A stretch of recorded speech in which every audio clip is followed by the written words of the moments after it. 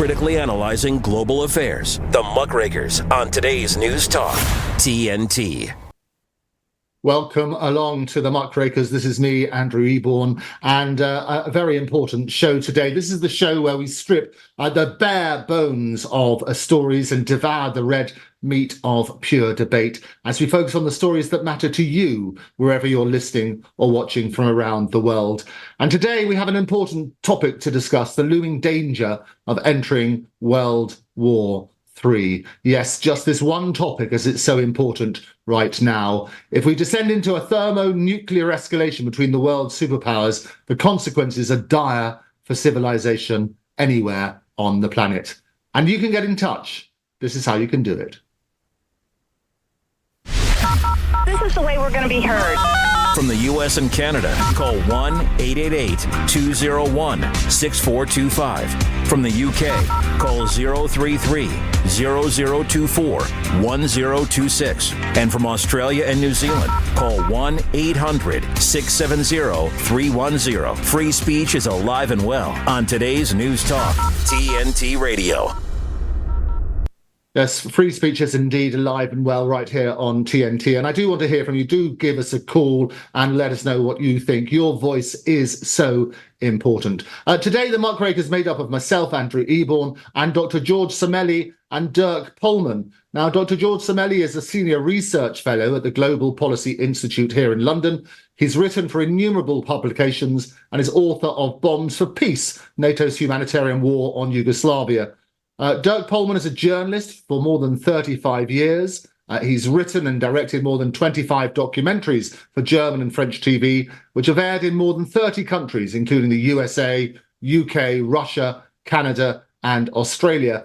And Dirk publishes on video blogs and in various alternative media sites. He's also host right here on TNT of the Dirk Polman Show, which goes out on Saturdays between 3 and 4 p.m. at BST.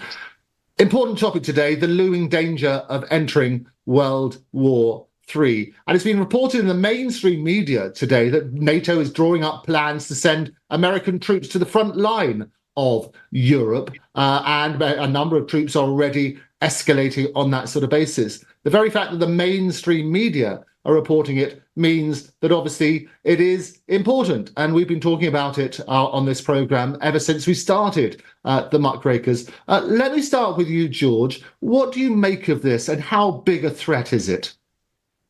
Well, I think it's a very great threat. Step by step, the United States in the lead, and Great Britain and France and other NATO powers behind have escalated their involvement in this war in Ukraine. And it's started off way back, under Donald Trump, when they abandoned the Obama policy of not sending lethal weapons to Ukraine. Remember, it was a big deal just to send the Javelin anti-tank missiles. And so we've gone step by step through tanks, HIMARS, ATACMS, down to now the Biden administration signing off on the use of American missiles on Russian territory, killing Russians on Russian territory. This is an absolutely reckless, almost insane escalation. And you have to appreciate that Russia cannot tolerate this for very much longer. Russia will have to retaliate, because otherwise it ceases to be any kind of a power at all in the world, and Russia will respond. And so we're now in a very, very dangerous situation. Now, according to the Mail, there are new land corridors being carved out to quickly funnel soldiers through Central Europe without local bureaucratic impediments. And this would allow NATO forces to pounce in an instant should Putin's devastating war in Ukraine move further west. And as you know, NATO leaders have previously agreed to ready 300,000 troops for rapid deployment. I always say that the first casualty in war is the truth, which is why it's so important to unpack it. Why do you think the mainstream media hasn't really reported this until now?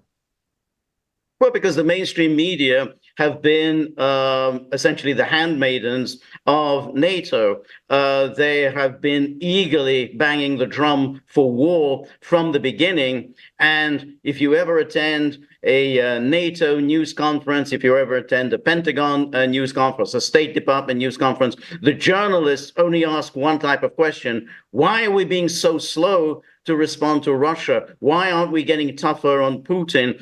Did we make a mistake in not being tougher on Putin from the beginning? That's the thrust of the journalists. So now they're reporting something that has been obvious for a great deal of time, which is NATO is making very serious military preparations for going to war in Ukraine. And this was said by Hungarian Prime Minister Viktor Orban the other day. He said, our ministers are taking part in NATO meetings where war plans are being discussed. They're discussing war plans and getting involved in Ukraine. We're taking part in these meetings. So this has all been known, but essentially both NATO and the media have tried to downplay the threat that this poses, because obviously if the public became fully aware of what's going on, they would start getting very, very anxious, and rightly so. Yeah, I will welcome Dirk's now joining us. Thank you for coming on the show, Dirk. What do you see as the most immediate threat now that could lead to a military escalation between the NATO powers and Russia? Well, Russia has warned. They told the two ambassadors from France and from Great Britain, should the Western weapons be used to attack Russia, there will be a response.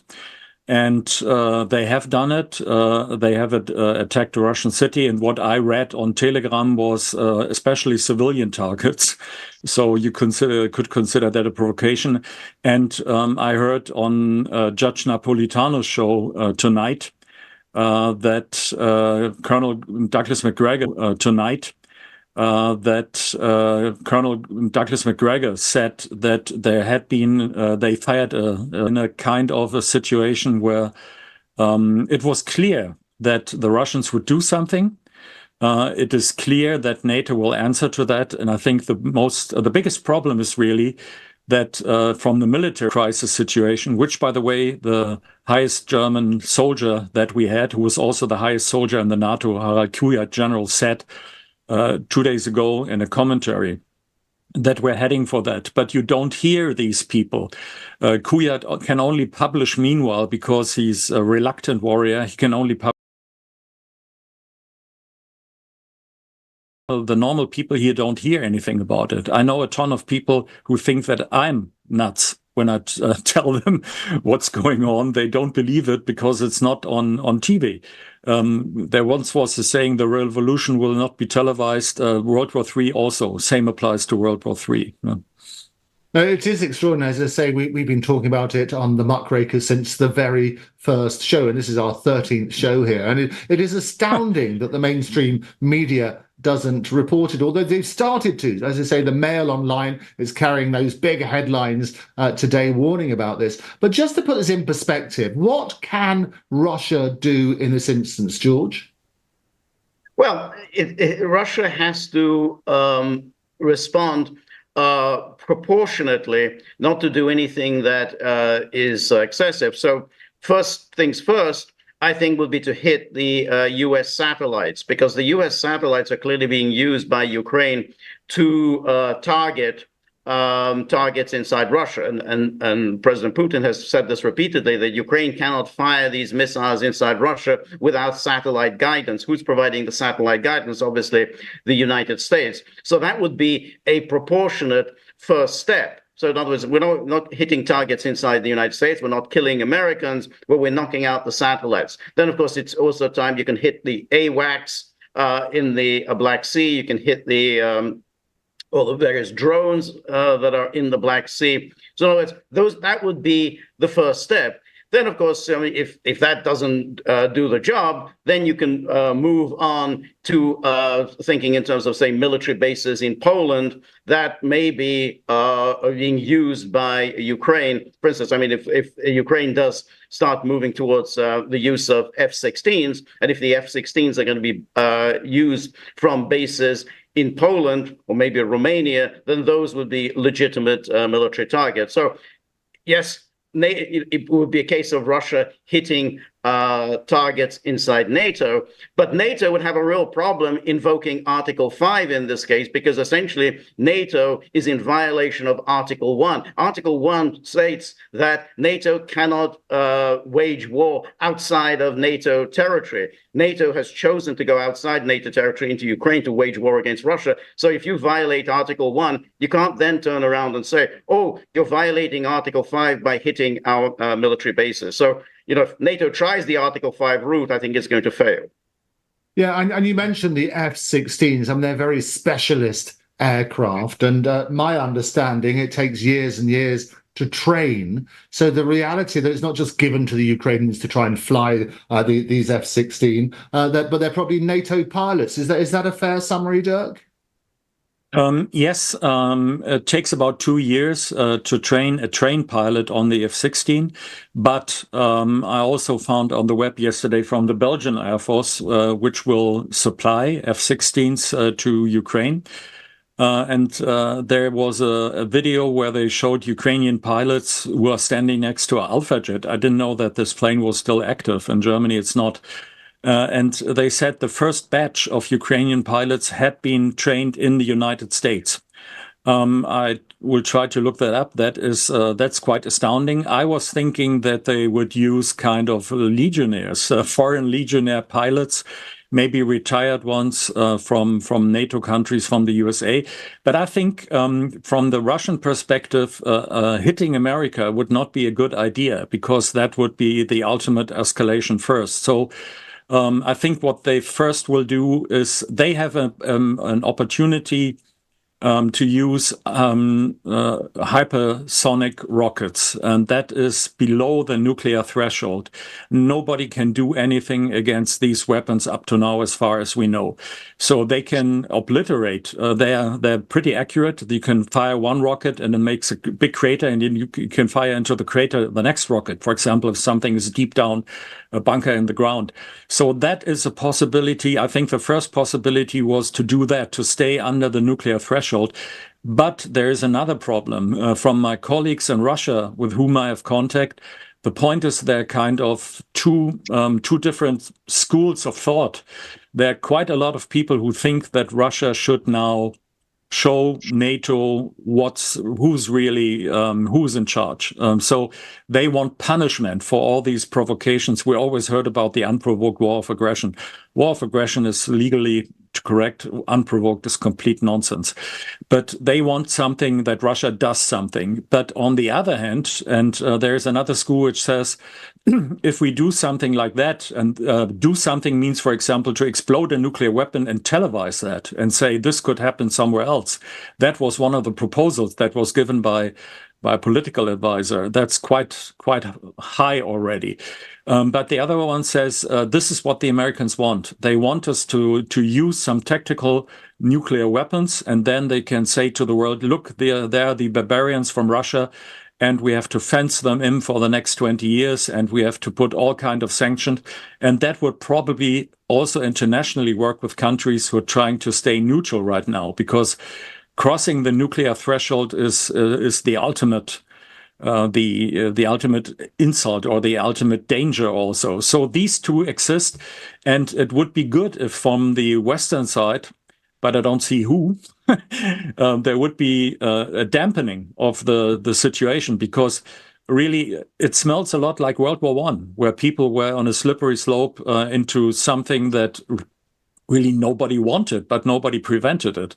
And this is what's happening right now. So, but the F-16, for your question, I mean, Putin himself and the Russians have said clearly, if there are F-16 stationed to attack Russia, then they consider them nuclear weapons. They don't say F-16, they consider them nuclear weapons, and the response will be accordingly. So that would be another major escalation. And again, I think the West is hellbent somehow, because I think they, but that might be for discussion for later on. Yeah. So, well, unfortunately, time's against us. We have to take a break, but when we come back, we're going to hear George's take on this as well. We'll be back straight after these messages. Okay. critically analyzing global affairs. The Muckrakers on today's News Talk, TNT. Well, welcome back. It's Andrew Eborn here for the Muckrakers, and I'm here with Dr. George Samelli and also Dirk Pullman. We were touching just before the break, George. I was pointing out that basically these F-16 aircraft, it takes some time to learn how to operate them. So the reality is they're not being flown by Ukrainians, but possibly by NATO pilots. What's your take on that?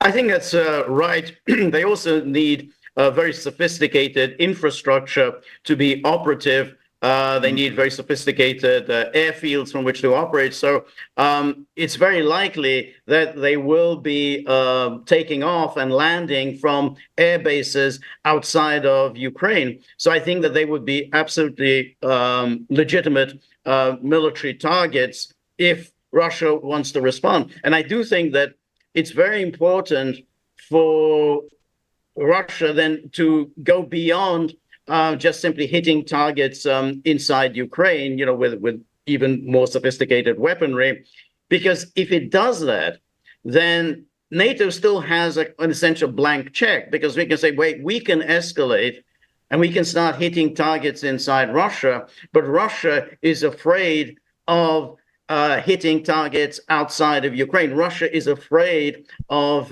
hitting NATO territory. So we, in a sense, have a freebie. We can just do what we like. We can keep escalating, and Russia will still insist on limiting its strikes inside Ukraine while we can hit targets inside Russia. So Russia has to get away from that.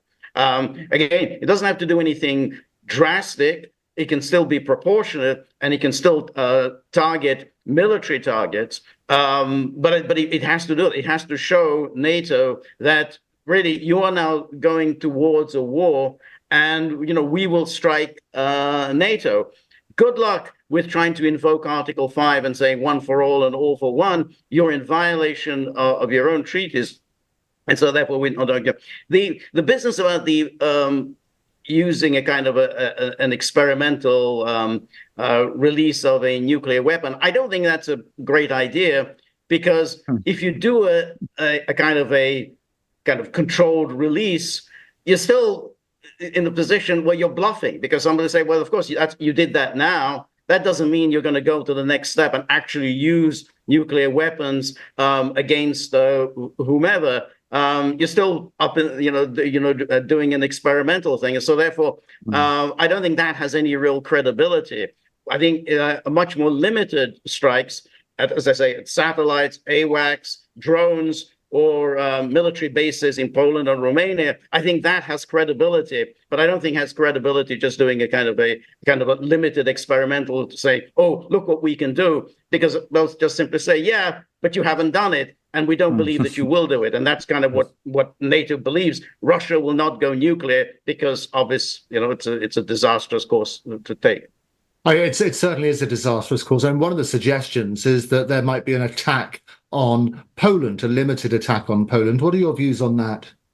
Well, again, I think that's a possibility, limited to NATO bases, because essentially Poland has been escalating its rhetoric for some time, in particular with its foreign minister, Radek Sikorski, who's openly talking about waging a war against Russia, openly contemptuous of Russia, saying, we can beat Russia, NATO can defeat Russia. And he talks historically about how easy it is apparently to defeat Russia. He's like, well, even Poland defeated Russia in 1920.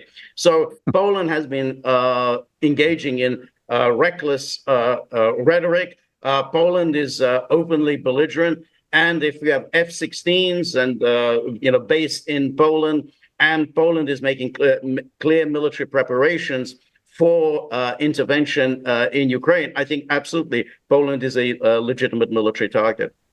Yeah, and part of the suggestions I've been reading about is that it only takes about 5 to 6 minutes for these missiles to reach Poland from Russia. Is that a fair assessment? Yeah, no, absolutely. I mean, and that's really Russia's problem, and has been for some time, which is that it is surrounded by NATO, which is what this whole war is about, and NATO move into Ukraine, and therefore Russia doesn't have a proper response time, and any launch, you've just got a 2 or 3 minutes to make a decision as to, is this a conventional attack, is this a nuclear attack, and that's not a good situation. And I think, as Dirk mentioned, as far as the Russians are concerned, F-16s can use conventional missiles, and they can also be armed with nuclear missiles. So therefore, Russia has every reason to be afraid that it's subject to a nuclear attack if the F-16s are around. So yeah, absolutely, they're legitimate military targets. Yeah, I mean, it does seem to me as though Europe's being pushed into a theatre of war. Why do you think that might be?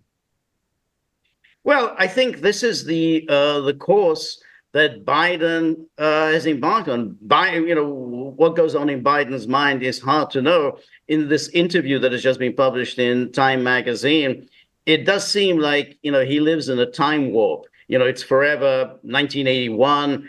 Russia is the Soviet Union. The Soviet Union is a terrible threat. This plays into the kind of the neocons in the United States. This also plays well with all kinds of British imperial ambitions. It plays very well with the sort of rabid, absolutely insane Russophobia on the part of the Baltic states and Poland. So it's like a kind of an unfortunate confluence of many very bad factors, which has led to this crisis. And I think, we talked earlier about the Cuban Missile Crisis. I think we're heading towards a Cuban Missile Crisis. Now, that can have a positive effect, because I think the first Cuban Missile Crisis led to the era of détente, led to the arms control agreements. So it can have a good effect, could have a bad effect. I mean, Cuban Missile Crisis could have ended badly for everyone. So we'll have to see whether this has a positive or a negative. I tend to think that it will have a negative effect, because the leaders who were around at that time were all World War II veterans, and they all knew about the horrors of war, and therefore they went the extra mile to ensure that war will be avoided. The leaders around today know nothing about war. They haven't even served in the military, and they just think, we're gung ho, and Putin's going to disappear, and Russia will capitulate, and then we'll have democracy or whatever in Russia. Unfortunately, they're very ignorant and driven by all sorts of liberal messianic fervor, and I think these are dangerous people. So I don't think a Cuban Missile Crisis today would end well. Yeah, I mean, you make a very good point about leaders. Obviously, the world is going to the polls as we speak. July, the 4th, American Independence Day, be fireworks there, and fireworks over in America, because it's going to be November the 5th. It's interesting what our special relationship approaches both on that sort of sides. Do you think it will make a difference, George, who the leaders are, whether it's Starmer or Rishi over here, or Trump or Biden? Will it make a difference to what happens with Russia? Well, I don't think it makes a difference about Starmer and Sunak. I think they're pretty much identical. I tend to think maybe Starmer is more of a war hawk than Sunak, but probably. With Trump, we just don't know. I mean, Trump has made all kinds of noises. He gave indications during the primaries that he would bring this war to an end. And he said that he would do it within 24 hours. Now, since he secured the nomination, he hasn't talked like that.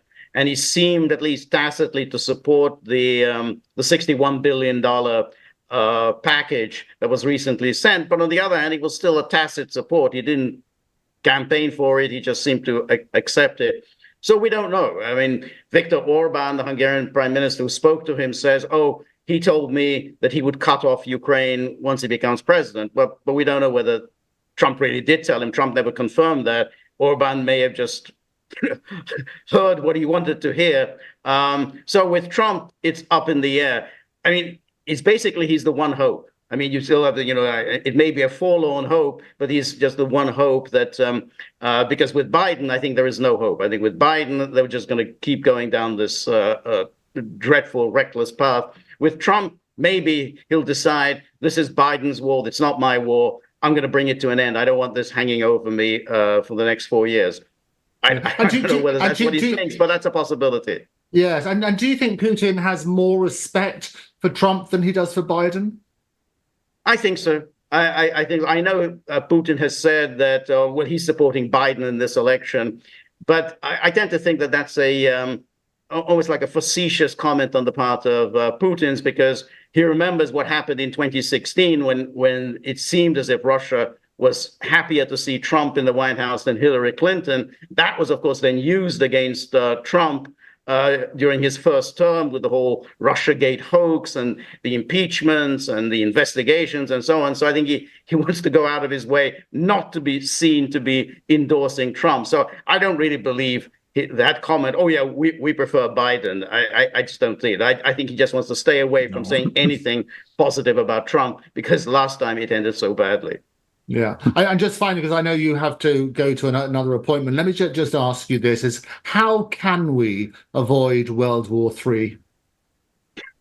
How can we? I mean, I think we spoke about, Dirk mentioned about the desirability of diplomacy. It's certainly desirable, but I see no evidence of this.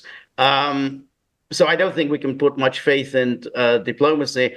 I tend to think that if there may be some kind of, as I said, a Cuban Missile Crisis, something Russia hits some key targets, and then that would have an awakening effect. Because at the moment, the public throughout the Western world, in the United States and Europe, just seems to be asleep. I mean, they just don't seem to realize how dangerous it is. So maybe something will focus the public's mind and realize, what the hell are we doing? Because at the moment, they just, we go step by step with, the Biden administration said, oh, fine, use missiles to hit targets in Russia. And no one seems to pay much attention to this. So maybe some event will finally focus people's minds and realize that, hey, we are really on the brink of a nuclear catastrophe and we need to do something.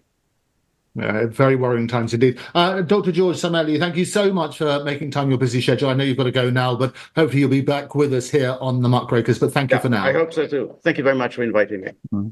Very good. And now you've heard from George. I've still got Dirk with me as well, but I'm also very keen to hear from you. Let us know your views, and this is how you can get in touch. Thanks for listening to us. Now we want to listen to you. Our lines are open from the U.S. and Canada. Call 1-888-201-6425. From the UK, call 033-0024-1026. And from Australia and New Zealand, call 1-800-670-310. Free speech is alive and well on today's News Talk, TNT Radio.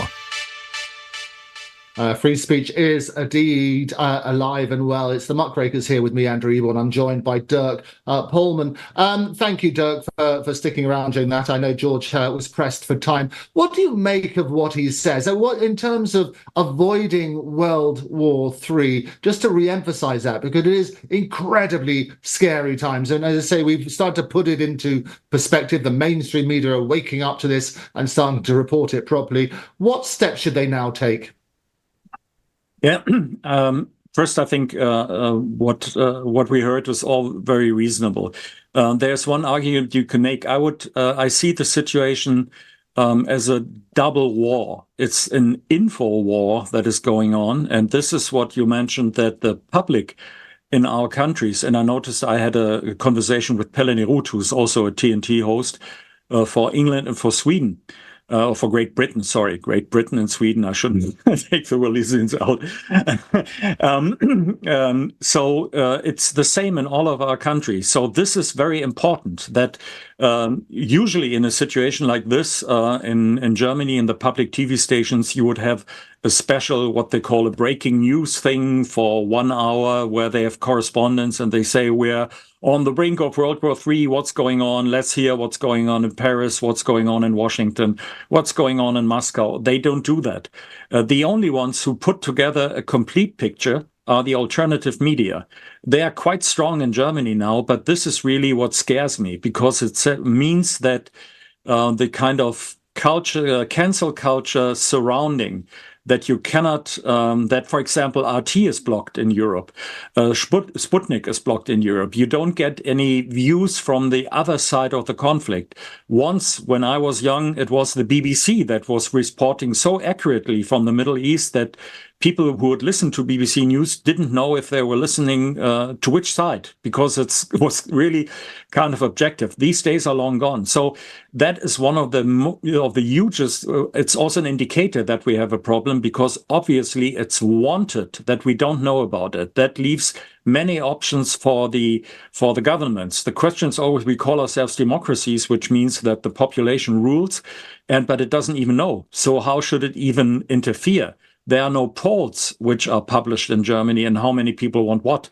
For example, Harald Kujat, who I mentioned, the former head of the military committee of NATO, so the highest soldier in NATO, he mentioned that in Ukraine, the polls show that the population wants peace. And you see these videos where people are taken on the street, drafted, like in the days of the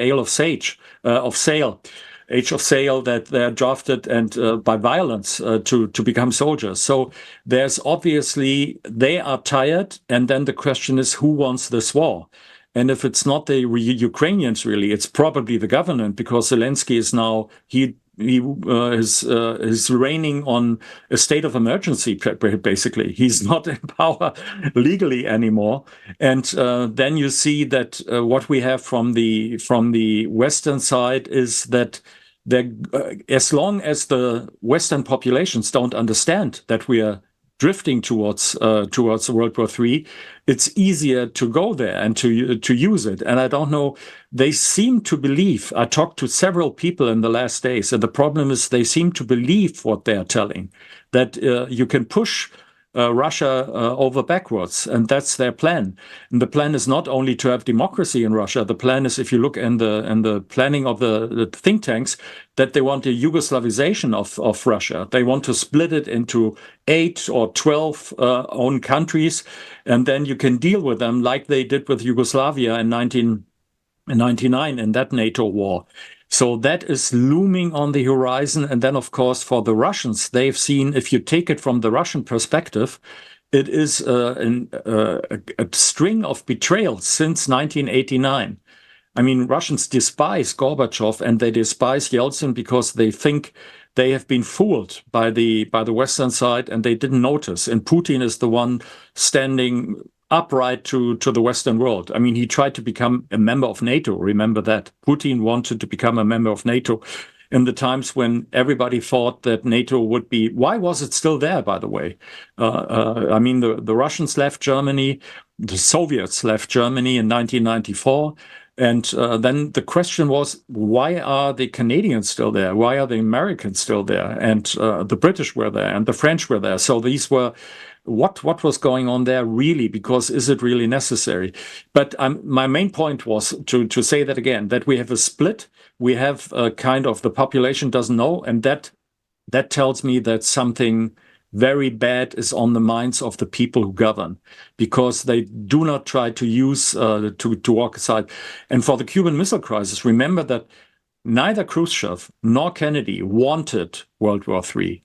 The generals wanted that in both countries, and they succeeded by going around, by sidestepping. And it came to the point that after the Cuban Missile Crisis, that Kennedy and Khrushchev noticed that they can get along pretty well with each other. There's this letters that went back and forth, which you can now read on the National Security Archive at the George Washington University.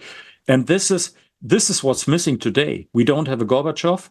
Putin is smart. He's a former intelligence, the head of KGB, so he knows. I mean, they always tell that. Remember that George Bush Sr. was also head of CIA. So it is. He's smart. He's cool. He's cool and calm and collected. But Biden is a wandering mummy. Yeah, I don't know what to call him. If he's president, I don't know who is. It's definitely not him. And as the British colleague said, Trump is. We don't know. We don't know. He's like a firecracker. You never know where he goes next. Yeah.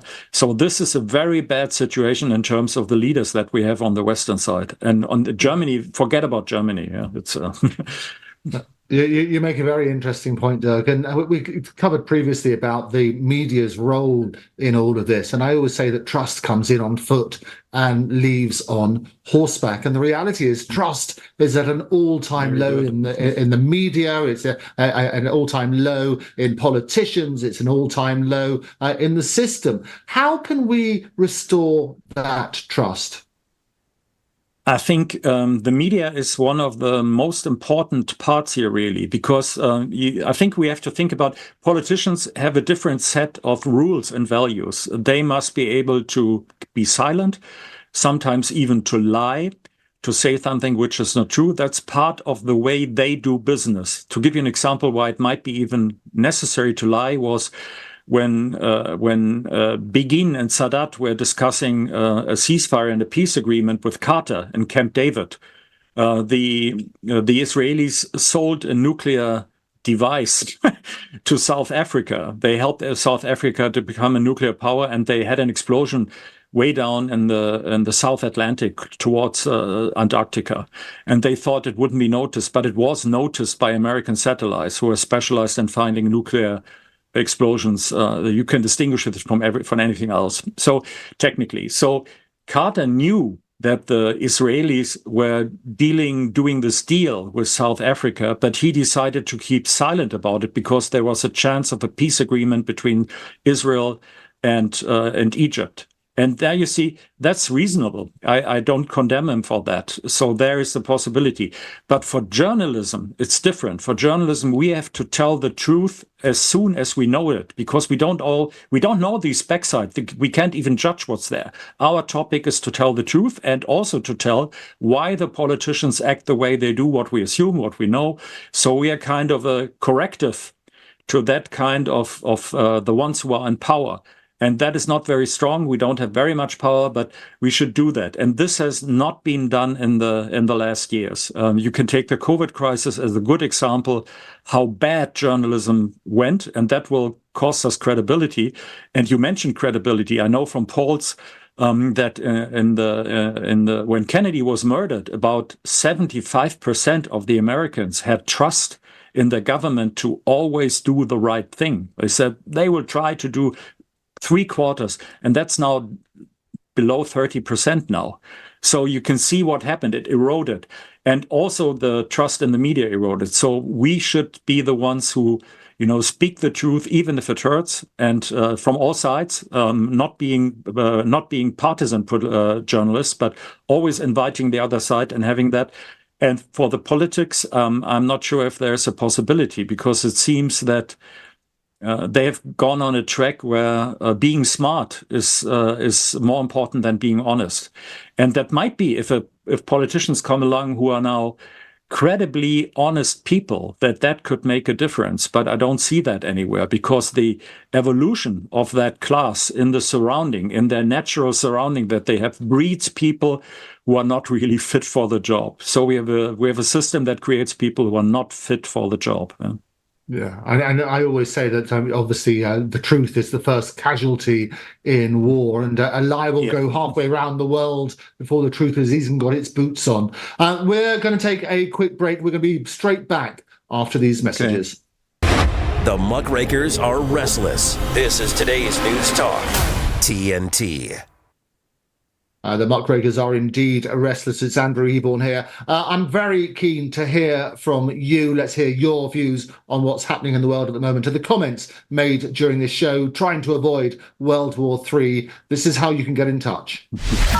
This is the way we're going to be heard. From the U.S. and Canada, call 1-888-201-6425. From the U.K., call 033-0024-1026. And from Australia and New Zealand, call 1-800-670-310. Free speech is alive and well on today's News Talk, TNT Radio. Free speech is indeed alive and well here on TNT and the Muckrakers. I want to touch, Dirk, on what role Iran is playing in any potential conflict. We were talking in the break about this. What are your views? Yeah, I mean, there's a shift. You probably heard that Turkey wants to become a BRICS now.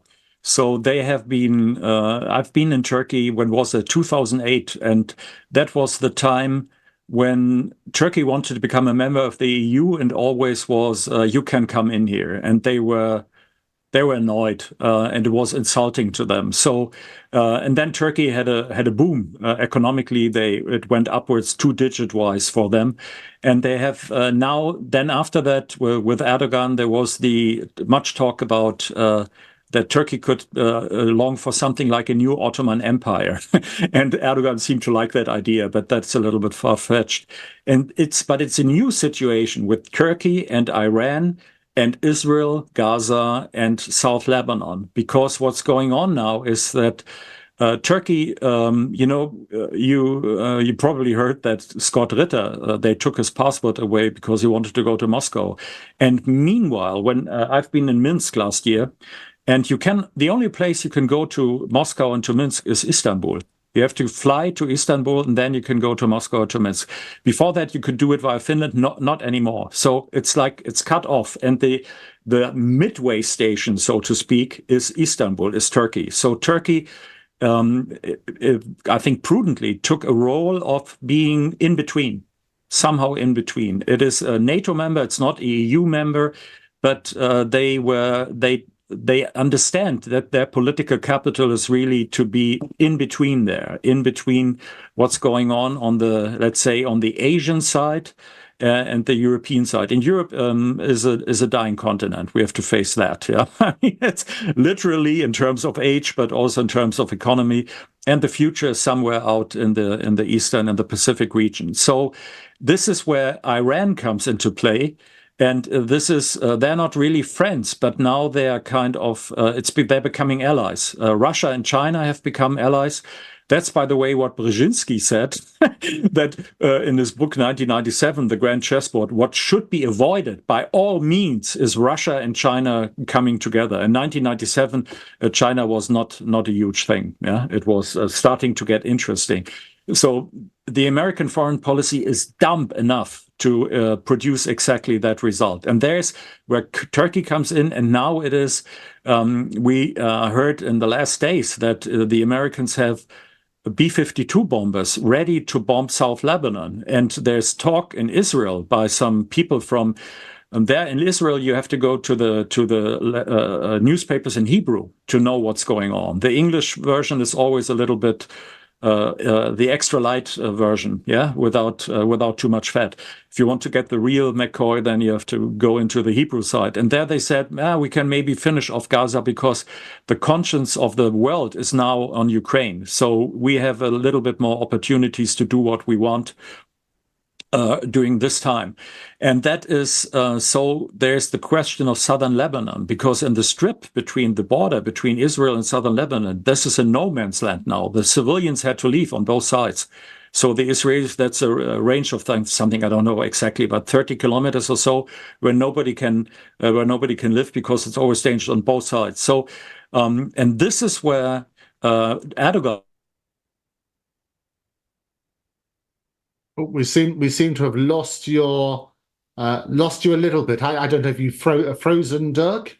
Palestinians. So we lost. I'm sorry, Dirk. We lost you for a little bit. Can you just go back a sentence? Okay, that is Erdogan is under pressure from his own population to do something more for the Palestinians in Gaza. Yes. He has to. His strongman image is not valid anymore there. So this is another area where it's really getting dangerous because Israel has nuclear weapons. Of course, officially, I mean, this whole bullshit story it's called Amimut, the strategy that everyone should know, but they would never recognize. They have something between 250 and 400 warheads. So they have very strong nuclear power. And this is, but Israel is a very small country. It's called a one-bomb country. So there's Pakistan now, and they have nuclear weapons, and they are talking to Turkey. So that is another area where we definitely would need good diplomats. I mean, a lot of people from my side of the barricade, so to speak, don't like Kissinger. But Kissinger was always the big advantage. He was a realpolitik man, so you could talk with him, you could negotiate. That is what is most important for foreign policy people, that you're able and willing to negotiate. That was what Kissinger was. And now we have a lot of people who don't want to negotiate, who have a ridiculous aim that Putin has to be taken out. Biden insulting him, all of that. That's all bullshit. Yeah. How do you want to deal with people in further time? So the rules of diplomacy are 400, 500 years old, or you could say even more, and not without a reason. And people leave that now. But this is what we need, is really because it's the things are cooking up. And this is, by the way, also not in the interest of the Americans. The thing exploding in the Middle East is not what they can use right now. Their target is, you can listen to Mersheimer, that is always worthwhile. The target is China. And also Russia is not the main topic for them. They want Europe to deal with Russia. That's Europe is supposed to. And then there's this the strange British affinity to have war with Russia. I don't know why that is. I read from a historian that they say Russia is so big that they envy that. Britain was a huge empire in the 19th century. And they had, with 40 million people, they had to govern India, which was only possible by means of intelligence, of deception, and so on. And then on the other hand, you have Russia, and that's only 120, 140 million people and 11 time zones. So it's kind of a Napoleonic, what do you call that?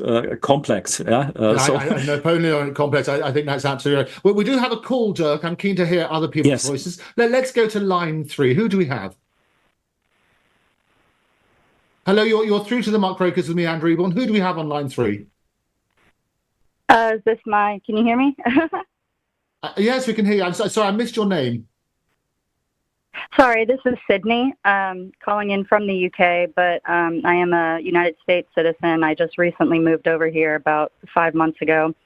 No, what all you're saying is totally spot on.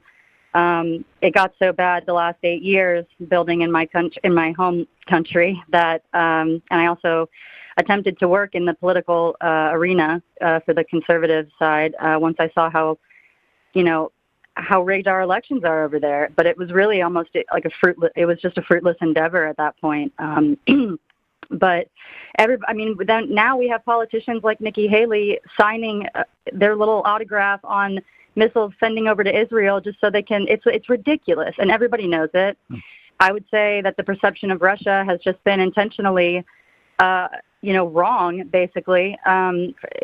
Pushed out in propaganda to the Americans for Israel propaganda as well as Russian the last 100 years since the Romanov end, and it's really unfortunate. We have the demographic of like 18 to 25-year-olds completely without a clue about anything in reality, and that's by design. And then, it is really interesting. So, and Biden is not legitimate. I would say for way of life, Trump was absolutely the best president in my life, and I'm 34.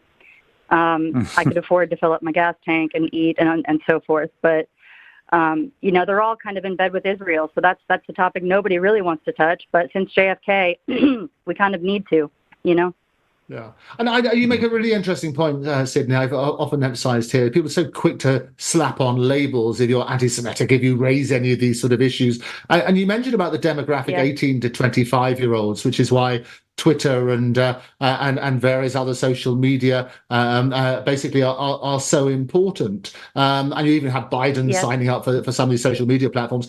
How do we get the message through to that younger demographic? That's a really good question. Unfortunately, it happens individually. It happened to me that way, mid-20s, waking up to just atrocities of human trafficking is what kind of set off the steamrolling of every other thing that I was just under this false impression of waking up to that, including geopolitics. I don't think anything is going to change in the university structure, unfortunately. Those things are just in the beds that they created, to keep them boxed. I would say lesson of hard knocks. The school of hard knocks is how really most of the people I surround myself with that had a similar experience. You kind of just have to get to it on your own. But not one or some. It's not going to be anything that they see, unfortunately, and that includes all deep fakes or regular videos. That includes any news that they consume. Really, there has to be some sort of genuine heart tug to it, or getting taught the hard way. I would say it's unfortunate. Yeah. And it really is important, we've said, about basically people living in their own sort of echo chamber, if you like, where they surround themselves with social media that just confirms their prejudices. They read papers that only confirm their particular views. They mix with friends and communities that do all of that. We need to question everything, don't we? Yes, we do. And I can tell you, not only because I have family that is currently working and it has always worked in American intelligence for a couple of the three-letters agencies, they're all hands on deck in D.C. protecting, I don't know what, they can't tell us, but they don't, the public doesn't know that. But then I have friends in the FBI that started out in the NSA, and he said, rest assured, I can guarantee 99.8% of what you see online is intentional and not real or skewed in some way. And that's intentional, especially for the American public, because the whole web thing is it's filtered differently for a country. But our American citizens are under it, I think, the worst. They always, that's why they point the finger of projection over at Russia's propaganda or Russian web censorship or China, but really American has it the worst. So I feel bad, but I'm happy in the UK, I got to say, but I didn't want it to come to that. Yeah. Well, Sydney, thank you so much for calling us here at the Muckrakers. We hope you'll call in again. Absolutely. Thank you guys for all you do at TNC. I'm a proud supporter. Thank you. Excellent. So what do you make of that then, Dirk? I mean, it's very interesting, isn't it? Because the younger generation, the 18 to 25-year-olds, the TikTok generation, if you like, that's how they get their media. This is why Biden himself signed up to it. How do we get to that generation so they understand what's really going on in the world? That is really, I try to find out, that is one of the main questions, because if you go, wherever I go, I give here talks, lectures, and so on, and the people are 50 upwards.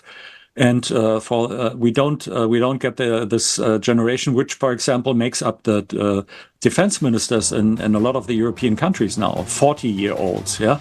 And as you mentioned, people who have not been in the military service. That's one of the big questions. And what I think is really important, what we at TNT do, is to have from different perspectives, talking to each other, getting people, the population, and having callers call in, so get into one-on-one real discussion. That is how things worked in the past.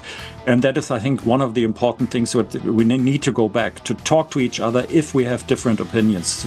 Absolutely. Well, Dirk, it's George or not war. That's what we have to do. Thank you so much for coming on. Thank you also to George coming earlier. I'll be back with you same time tomorrow. But for now, for me, Andrew Eborn, goodbye.